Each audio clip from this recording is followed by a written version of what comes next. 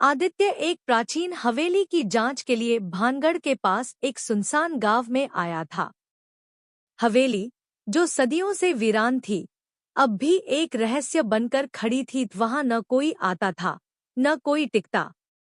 गांव वालों ने चेतावनी दी थी, साहब, शाम ढलने से पहले हवेली छोड़ देना, वहां कोई है। पर आदित्य को ऐसी बातें बस कहानियां लगती थी। रात के सन्नाटे में हवेली के भीतर वो एक झीनी सी महक महसूस करता है।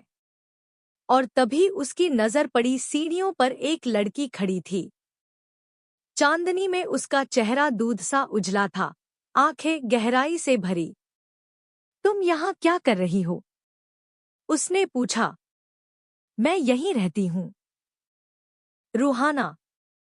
उसकी आवाज में कोई अजीब सुकून था, जैसे समय थम गया हो। रात दर रात आदित्य उससे मिलता। बातों में एक मोहब्बत पनपने लगी। हवेली में हर दीवार अब जी उठी थी। लेकिन गांव के बूढ़े बाबा ने एक दिन सख्ती से कहा, साहब, जिसे आप रूहाना समझते हो, वो इस दुनिया की नहीं है।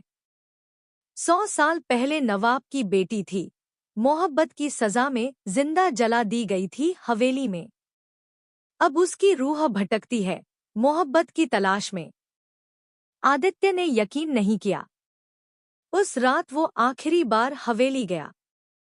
रूहाना ने उसे देखा, मुस्कराई और बोली, अब तुम भी यही रहोगे ना? और अगली सुबह हवेली में आदित्य का कोई नामो निशान नहीं था। बस उसकी डायरी पड़ी थी। आखिरी पन्ने पर लिखा, इश्क अगर रूह से हो तो जिस्म की जरूरत नहीं होती। मैं रूहाना के साथ हूँ, हमेशा के लिए। गांव में हवेली अब फिर से वीरान है। लेकिन कुछ लोगों ने रात में वहां एक जोड़े को चांदनी में टहलते देखा है, हाथों में हाथ लिए।